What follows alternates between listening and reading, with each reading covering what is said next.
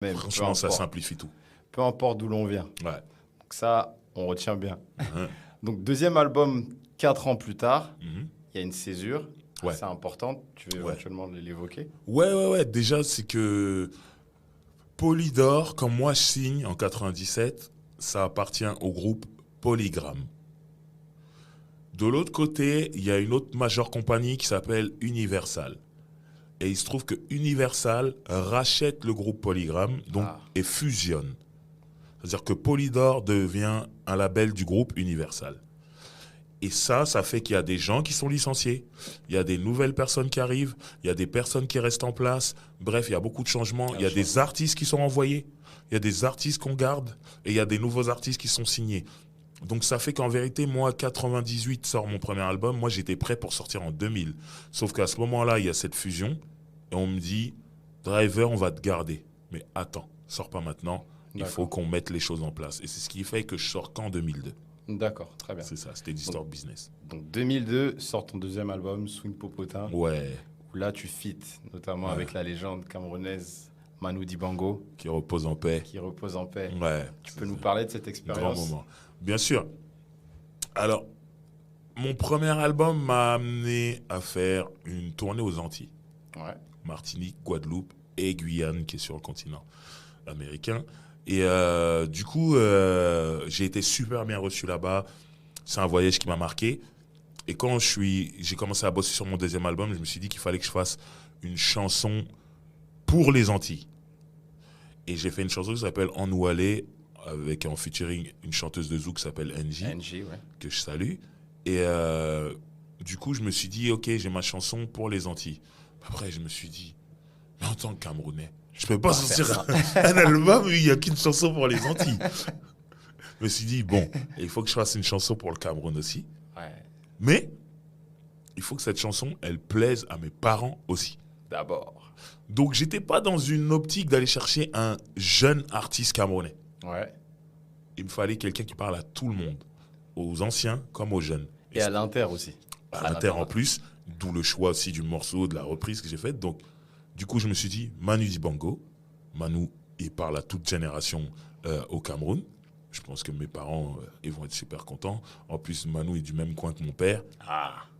Le coin Yabassi. Donc, donc voilà. Donc, du coup, je me dis, ça, c'est une bonne idée. Mais pour l'international, comme tu viens de dire, je me dis, je pourrais faire une chanson originale avec Manu, mais non, je veux reprendre Soul Makossa, que tout le monde connaît, jusqu'à Michael Jackson, qui repose en paix aussi. Ça, c'est percutant. Voilà. Et du coup, tu peux nous donner le titre, qui est très, très évocateur. Je te laisse le dire. Alors, le titre, à la base, je voulais l'appeler Rap Soul Makossa. Je voulais rajouter rap, tout ça. Et la maison de disques m'a dit, ouais, il peut y avoir des confusions avec la version originale. T'as pas un autre titre? Je dis tout simplement Les Lions Indomptables. Voilà. Il y a rien de mieux. Des Camerounais, c'est simple, ça s'appellera Les Lions Indomptables. Et voilà, qu'on a fait le morceau. Et du coup, ce que j'ai aimé, c'est que avant de contacter Manu Dibango, je voulais avoir une maquette à lui faire écouter. Et ce que j'ai fait, c'est que on a une rythmique assez hip-hop avec des percussions africaines. Ouais. Et surtout, on a mis un guitariste afro qui jouait dessus pour de vrai l'Afrique. Ce qu'il a joué à la guitare, c'est l'Afrique. Et là, on a proposé cette version-là. J'ai rappé mes couplets dessus. On a proposé cette version-là à Manu Dibango.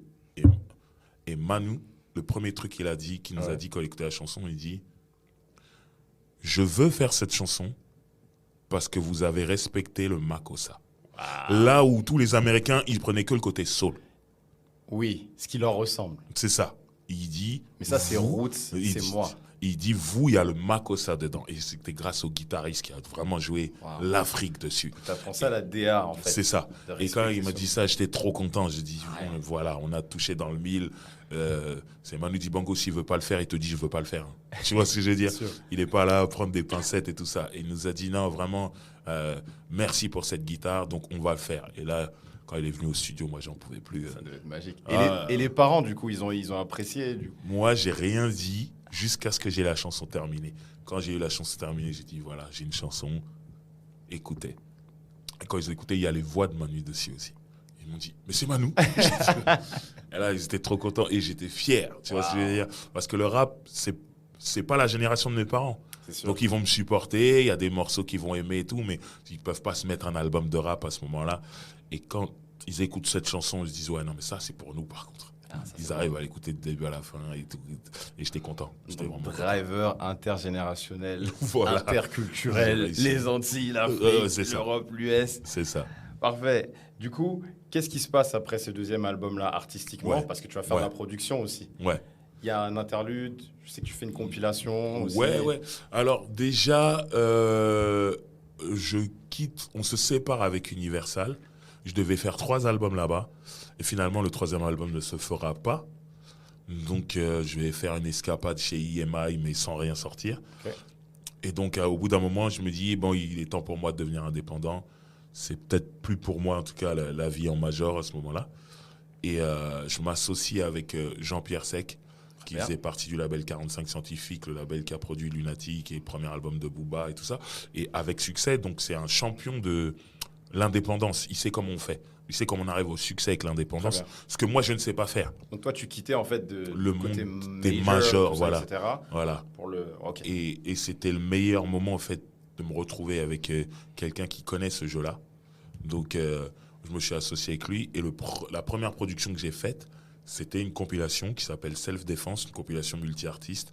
On retrouvait des gens comme Lino de Arsenic, Escobar Maxon, Seth Gecko, Tommy Bugsy, Akhenaton. Des grosses têtes de rap français. Mélangé avec des mecs moins connus, il y avait vraiment de tout. D'accord.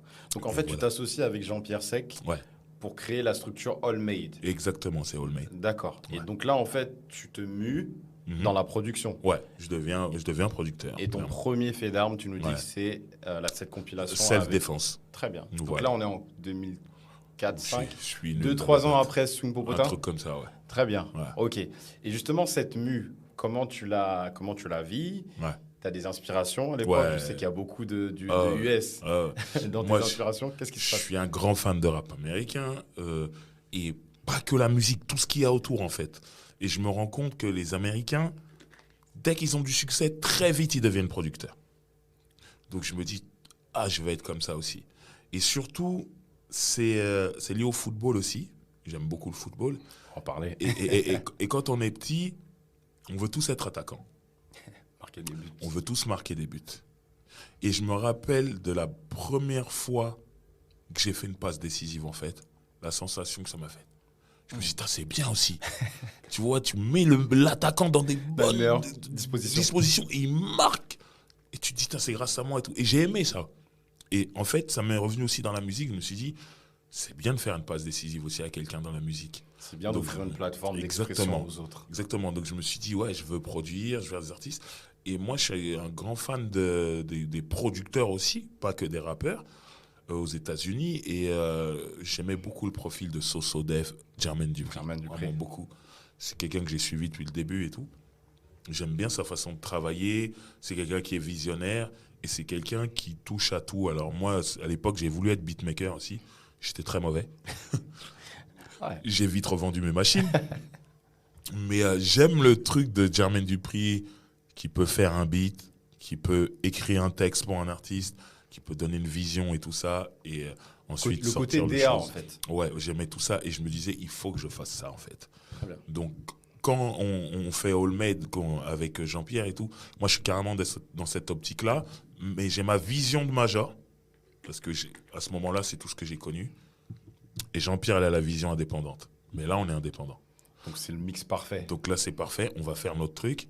Mais moi, je vais essayer d'amener le côté mainstream à tout ça. Le côté plus large, plus grand public. Et il me fait confiance sur ça, comme je lui fais confiance pour le côté plus underground. Et on va avancer comme ça. Et ça va nous amener au moment où je découvre... On me parle d'un rappeur de Bordeaux qui s'appelle Black Kent. Très bien. Moi, j'écoute ce qu'il fait et tout. Et ça me plaît. Et je dis à Jean-Pierre, il faut qu'on signe ce mec-là. Ok. Jean-Pierre, il écoute, il me dit, je suis OK, je te suis. Et là, on rencontre Black Kent et tout, on fait ce qu'on a à faire, on signe les contrats et tout ça, et on commence à bosser. Et Black Kent, c'est un rappeur très, très influencé par les États-Unis. Ce qui m'a plu aussi, parce que je suis ça très m'étonne pas. influencé par ça. Mais on sait aussi que la France, c'est la France. Donc ça va être dur. À marketer. Surtout à l'époque. Aujourd'hui, je trouve que être américain dans la démarche, c'est beaucoup plus accepté. Mais à l'époque, Donc, début des années 2010, voilà, c'est pas pareil. Il faut c'est différent. avoir un truc français quand même. Mais nous, on se dit, c'est ce qui va faire qu'on s'intéresse à lui, c'est le côté américain. Il va être aimé et détesté en même temps. Nous, on a préparé Black Kent, on le dit, au début, les gens vont te cracher dessus sur Internet. Mais il faudra se battre. Nous, on pensait que ça allait prendre beaucoup de temps, mais en vérité, ça a switché plus tôt que prévu. Ça veut dire que au début, c'est qui ce mec pour qui il se prend pour un Américain, et peut-être 2-3 mois plus tard, ah ouais, moi j'aime bien, moi. On est passé de 100% de contre à 50-50. Et là, on s'est dit, ok, on est sur quelque chose. Bien. Les gens te regardent parce que tu fais l'Américain, mais à un moment, il faudra qu'on te francise un petit peu. Et voilà. Et le buzz n'a fait que monter. Et en fait, tout ce qu'on pensait qu'elle allait arrivait Mais plus tôt que prévu. plus tôt que prévu. Et c'est ça qui m'a conforté. Je me suis dit, attends, on a une vision et c'est exactement ce qui se passe. Donc, je suis prêt pour ça. Je suis au bon endroit. Voilà. Je fais les bonnes choses. Je suis prêt pour ça. Jean-Pierre, il a déjà fait ses preuves avec 45 scientifiques, donc on savait qu'il était prêt pour ça. Mais moi, c'était nouveau pour moi. Ouais. Et je me dis, je suis prêt pour ça. D'accord. Et tout ça, ça nous a amené jusqu'à... Je vais te couper un instant. Ouais, Du coup, en parallèle, ouais. ta carrière de rappeur, tu continues tout de même. Oui et non. Ce que je veux dire, c'est que je rappe toujours, parce que j'aime trop ça. Passion. Mais par contre, je suis pas en train de prévoir un album album ou quoi. Ok. Je suis vraiment sur Black Kent. D'accord. Mais pour garder la forme, je fais des mixtapes en fait. J'adore écouter les nouveautés de rap américain. Quand il y a un morceau que j'aime bien, boum, je trouve la phase B, je rappe dessus, je fais ma version dessus. Je fais beaucoup ça à ce moment-là et c'est ce qui me maintient en forme, qui me maintient dans le jeu et tout. Quand Black Kent passe à la radio ou quand c'est le moment de faire un freestyle, boum, je freestyle aussi. Ça me Mais maintient. t'as la casquette du DA et du Voilà, en producteur. vrai, dans ma tête, je me dis pas, je sors un album bientôt. Je suis sur Black Kent. D'accord. Ok. C'est ça. D'accord. Mais, ouais, je te laisse. Et du coup, avec Black Kent, vous allez sortir un album, une compilation, un On mixtape. va sortir d'abord une mixtape qui s'appelle Le Scalpel. Après, on va sortir un album en anglais, parce qu'il est bilingue. Un album en anglais qui s'appelle Yes I Can't. Avec un gros featuring, si je me souviens. Même deux. Il y avait Bishop Lamont qui était signé chez Aftermath à l'époque, le label de Dr. Dre, et avec Corey Guns qui allait signer quelques temps plus tard chez Young Money, label Gros de Lil rappeur. Wayne. Voilà. Il fait 6 foot, 7 foot Ouais, avec Lil Wayne notamment. Incroyable. Et un vrai gars.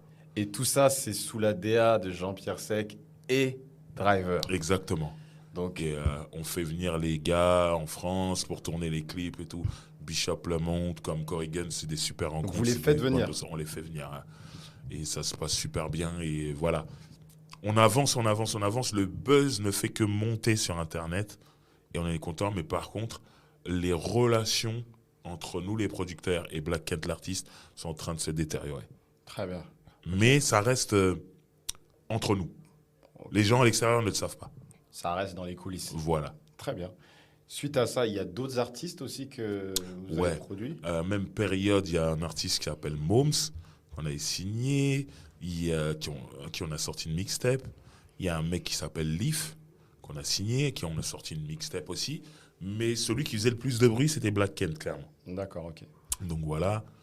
Vous êtes que je me séparés trompe pas. après avec tous ces artistes ou vous continuez à travailler avec eux? Leaf, on bosse toujours avec lui. Moms, on s'est séparés. Il est parti voler de ses propres ailes. Mais cool. Et j'oublie personne. Hein. Black Ouais, Kent. et Black Kent. Donc, au bout d'un moment, ça devient vraiment insupportable pour nous de travailler ensemble. Non. On ne s'entend plus. Et ça tombe à une période où Warner nous approche suite à tout le buzz, tout le bordel qu'on a foutu sur Internet. Et ils sont intéressés par Black Kent. Très bien. Donc, on est... c'est une bonne opportunité pour nous tous, en fait. D'accord, ça arrange tout le monde. Voilà, c'est ça le truc. Parfait. Mais, c'est pas gagné. Dans le sens où moi, je suis le mec qui connaît les majeures compagnies dans toute l'équipe. Et je le dis, avec la musique qu'on a de Black Kent, on ne pourra pas signer en major. Les majors veulent des tubes, on n'en a pas. veulent des hits. On n'a que des trucs freestyle, du d'américains bon rap. et tout ça. Voilà, du bon rap, mais on n'a pas les hits et tout. Donc, on me charge de trouver au moins un hit pour signer.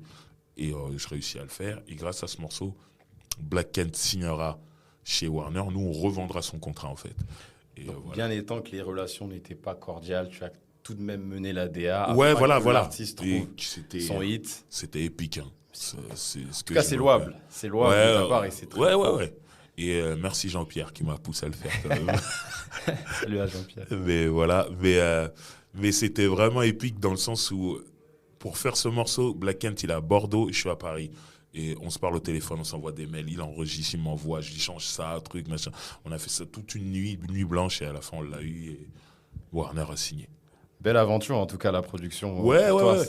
Tu vois, après, on s'est séparés de privé, nos problèmes sont devenus publics, et c'est devenu très moche et tout, mais quand même, ce que je retiens, moi, de cette aventure-là, c'est que j'ai pris un mec qui était inconnu, de Bordeaux et tout ça. On a réussi à le mener jusqu'à une signature chez Warner. Et, entre guillemets, s'il nous avait écoutés, on aurait pu aller plus loin. Et je me dis, j'ai cette vision. Moi, après l'aventure Black Ken, je me dis, Je suis capable de. je suis producteur. Je sais comment on fait. Très bien.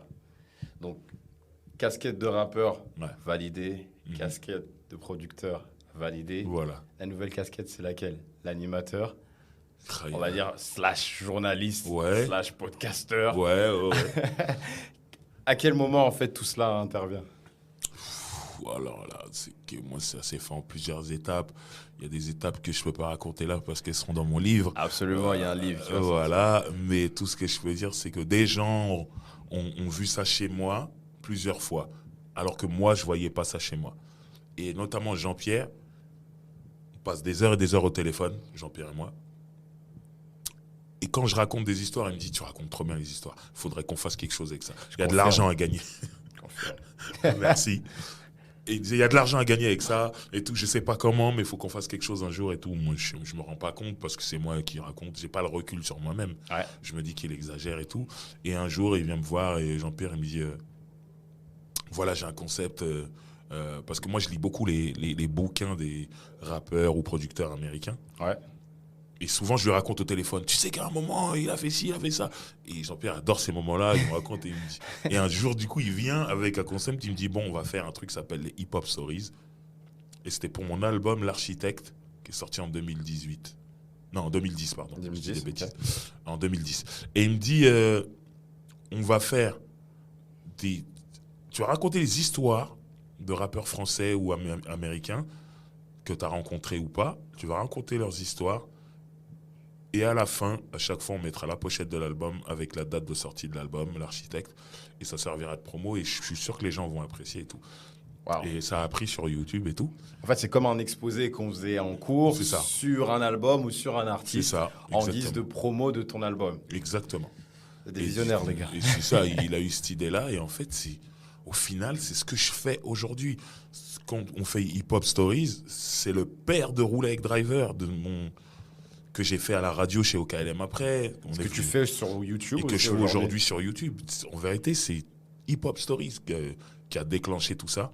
Et c'était une idée de Jean-Pierre, Wow. mon associé. Et voilà. Et donc, au final, Ça s'est fait naturellement, en fait. ouais, voilà, il trouvait que j'étais bon là-dedans. Bon, je lui dis, si tu le dis, je vais le faire. Et au final, les retours, c'était vraiment ça. C'est, tu racontes trop bien les histoires. Je me dis, bon, si vous le dites, bah, je vais continuer. Et il se trouve que plus tard, donc, il y a eu l'aventure au KLM, donc Booba qui monte son propre média et tout, et qui mandate Mehdi Maizi. Ouais. Mehdi Maizi devait faire une émission qui s'appelle La Sauce, où il devait avoir des chroniqueurs autour de lui. On lui a dit, libre à toi de choisir qui tu veux autour de ta table. Et il m'a contacté en me disant, ouais, je t'ai déjà reçu en interview et j'aime beaucoup comment tu parles et tout, et je suis persuadé que tu peux être chroniqueur. Et du coup, j'ai accepté. Et puis, ça m'a... Je sais plus, on l'a fait peut-être pendant 3 ans, je sais plus. Ouais. Et c'était cool. Et je vais te dire la vérité, l'aventure au KLM, elle m'a permis de rester au contact Du hip-hop. de la new school, surtout. Ouais. Parce que sans OKLM, je serais passé à côté de plein de choses. Plein de rappeurs qui n'étaient pas dans mon cercle et vers qui je serais peut-être pas allé parce que je suis très rap américain et que j'écoute moins de rap français. Je suis plus en train de surveiller le rap français. Et là, en étant dans OKLM, en recevant toute la new school, j'étais dedans, clairement. Ça a conservé, en fait, ton éveil musical Ouais. éveillé. Et rien que pour ça, merci OKLM. C'est OKLM. C'était fou. Je restais en contact de tout ce truc-là et ouais, cool. D'accord. Très bien. Donc, aujourd'hui, tu l'as teasé, tu l'as dit. Ouais. Donc, Hip Hop Stories a inspiré ce que tu fais aujourd'hui. Ouais. Donc, aujourd'hui, 2020-2021. Mhm. Roule avec Driver sur YouTube, c'est quoi? Ouais. C'est un épisode par semaine? Par semaine, tous les Qu'est-ce que c'est jeudis, exactement? tous les jeudis 18h, il y a un épisode. Donc du coup, j'essaie de quand même faire beaucoup de rap américain parce que j'ai un podcast à côté, audio, qui parle beaucoup de rap français, qui est featuring. Ouais. Même si jusqu'à maintenant, on a eu beaucoup de gens de old school, on va dire. Mais le but, c'est qu'on avance dans le temps. Et bon, moi, le but, c'est que tu aies une carrière, une grosse carrière pour qu'on puisse en discuter. Si tu es là depuis un an, c'est pas le bon profil. Mais par contre, tu as des gens qui sont là depuis 2010, par exemple. C'est intéressant. Ouais. Tu as des gens, ils ont déjà 4-5 albums. C'est intéressant. Moi, je te dis, par exemple, un Niska ou un Fianso, moi, je le reçois avec plaisir aujourd'hui dans Featuring. Donc, du coup, comme je veux pas que Roule avec Driver et Featuring se marchent dessus, j'essaie de faire beaucoup de rap américain chez Featuring. Non, chez Roule avec Driver et rap français chez Featuring. J'essaie de faire ça comme Et ça. jusqu'ici, ça marche de Ouais, tonnerre. ça se passe super bien, je suis content. Ouais. Moi, personnellement, je ne suis pas amateur de rap français, Mhm. mais ton émission featuring m'a beaucoup appris et fait écouter même du rap français. Ça fait Vraiment, plaisir, vraiment. ça fait plaisir. Qualité de compteur incroyable. J'invite tout le Merci. monde à aller écouter Featuring, Ouais, le podcast qui est disponible sur toutes les plateformes. Voilà. Et Roule avec Driver sur la chaîne qui est Roule avec Driver. Roule sur avec YouTube. Driver sur YouTube. Mhm. Donc les 3 casquettes sont validées, on Ouais. les a évoquées.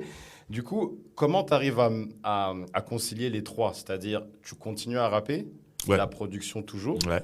et ton quotidien, en vrai, aujourd'hui, c'est l'animation quelque part. Ouais, Donc beaucoup. comment tu arrives à allier les 3? Tout est une question d'organisation. C'est pas simple, mais vraiment, je suis à cheval sur mon emploi du temps. C'est très important de bien noter les choses, de se laisser le temps de bien faire les choses. Le but, c'est pas d'accepter tout et tout mettre la même journée et tout bâcler. Donc, je suis vraiment pointilleux sur ça. Et quand tu t'organises bien, en fait, tu peux faire beaucoup de choses. Et tu vois, là, on parle de ces 3 casquettes-là, mais à côté, je fais aussi un peu de cinéma. J'anime des soirées, beaucoup. Donc, avec des DJ et tout. Et donc, je fais tout ça en même temps et j'essaie de concilier tout faire bien. Donc, c'est pour ça que le plus important, c'est donner le temps à chaque chose. Vous entendez? Ouais. Donner le temps à chaque chose. Ouais. Très bien. Et le rapport, parce que nous parlons du Cameroun quand même, Mhm. le rapport de Driver avec le Cameroun, Ouais. est-ce qu'il a été impulsé par, forcément à l'origine des parents, Bien sûr. par la culture, par la Mhm. musique? Bien sûr. Il y en a un souvenir, une anecdote dont tu veux nous évoquer éventuellement? Ouais, moi, mon plus beau souvenir du Cameroun, c'est quand je suis allé faire un concert à Douala, au stade Mbappé-Lépée. Ah, C'était organisé par Tom Yomes qui nous a quittés, qui repose en paix au repose en passage. paix. Et je ne savais pas. J'étais en vacances à Los Angeles quelques jours avant le concert. Je rentre en France et boum, je viens au Cameroun. On m'a dit, voilà, pour un concert et tout, donc tout s'est organisé et tout. Sauf que moi, je pensais que j'allais jouer dans une petite salle. Moi, Ouais. j'étais persuadé qu'on ne me connaissait pas au Cameroun. Et sauf que quand je viens déjà, je mets la CRTV et je vois des pubs à la télé tout le temps de moi et tout ça. Je me dis, ouh là, ok. Et le jour du concert, on m'amène l'après-midi pour aller faire les balances, le soundcheck. Et quand on arrive, je vois qu'on arrive devant un stade et je dis, mais qu'est-ce qu'on fait là et tout. Ils me disent, non, mais Un match. ça se passe ici le concert et tout. Je dis, ah bon? Ils me disent, ah, on t'a pas dit et tout. Je dis, non, moi je pensais que je jouais dans une salle. Donc moi je vois un stade, pour moi c'est trop grand. Donc je me dis, il y a qui comme autre groupe qui va jouer ce soir? Il me dit, mais il n'y a que toi. Je dis, mais jamais on va remplir ce stade, c'est impossible. Ouais. Ils m'ont dit, oh, t'inquiète pas. Et le soir, j'ai vu du monde de partout, un engouement. Ils m'ont fait arriver dans Jeep 4x4 avec une sécurité. Je me disais, c'est trop. Après, j'ai compris pourquoi. Trop d'amour. Et t'as attendu. je vais pas mentir, j'avais les yeux mouillés. Ah oui, J'ai vu ça, je me disais, comment mais on non, appelle c'est pas ça, possible. un homecoming aux États-Unis. C'est ça. Et le concert s'est super bien passé. Et le lendemain, en fait, j'étais un peu dans la rue, je me promenais et les gens me reconnaissaient et tout. Et il y a une phrase qui revenait souvent qui disait, mais Driver, on pensait que tu étais malien. On ne savait pas. Et c'est quand on a vu les pubs à la télé. Et les pubs à la télé vendaient le truc il revient au pays. Le Camerounais, l'enfant du pays. Donc, il précisait que j'étais d'origine camerounaise et tout. Et il me dit, c'est là qu'on s'est dit, ah, mais il est C'est un camerounais. des Tout, nôtres. machin, voilà. Et il y a eu un engouement sur ça, en fait, Voilà. et tout. Et c'est vrai qu'on m'a souvent dit que j'étais un Malien. C'est vrai. Même en France, on me dit Salut souvent nos ça. amis maliens, Voilà, mais Driver, c'est un des nôtres. Voilà, on salue le Mali. Donc, ouais. Mais voilà, mais ce souvenir-là, c'était magique pour moi. Vraiment. Ouais. Donc, un gros moment de ta carrière. Ouais, non, c'est. Et puis je te dis, moi, j'adore Los Angeles. J'y vais souvent. Ouais. Et quand je reviens de Los Angeles et j'arrive en France, je suis encore dans mon mood Los Angeles et je boude la France à ce moment-là. C'est-à-dire, je suis encore à Los Angeles dans ma tête. Et d'aller au Cameroun, ça m'a effacé Los Angeles de ma tête très rapidement. Ah ouais. Tellement j'ai vécu un truc fort. Émotionnellement, pardon. C'est ça. Et je me suis dit, oh, c'était dingue, vraiment. Et Wow. puis des belles rencontres. Je suis retrouvé à la radio avec un gars qui s'appelle Nabil For Real, qui est rappeur et animateur là-bas et tout. Un anglophone, il me semble. Magnifique, super gars. Je l'ai fait monter sur scène aussi avec moi pendant le concert. Les gens le connaissent, il a mis le feu et tout, machin. Rencontrer des gens, c'est vraiment magique ce jour-là, ce séjour. Marqué dans ta Ouais. mémoire à vie. Ouais, vraiment. On arrive au bout de cet entretien, Driver. On a commencé en évoquant tes rêves et ton enfance, Ouais. où la musique et le rap est intervenu très tôt dans ta vie. Mhm. Quels sont tes rêves aujourd'hui, avec tout ce que tu as pu parcourir dans ta carrière, Ouais. pour le futur et pour le présent? Quelles sont tes Mhm. ambitions? Ouais, j'ai encore plein de rêves, hein. C'est là que je vois que je suis un vrai gamin. Faut conserver cet enfant. hein. Ouais, non, c'est important. Moi, c'est ça qui fait avancer. On va dire, un de mes rêves, c'est, si tu veux, l'aventure Black Kent m'a prouvé que je pouvais être producteur. Ouais. Mais par contre, j'ai pas été au bout de mon truc. Donc là, je suis en train de, dans ma tête secrètement, me dire, il faut que je produise quelqu'un, mais qu'on aille au bout. C'est-à-dire qu'il y ait le succès. Pas juste la signature. La signature, c'est une étape. Très bien. Le succès. Donc, je suis sûr des choses dont je ne peux pas parler, mais Ouais, voilà, il y a la production.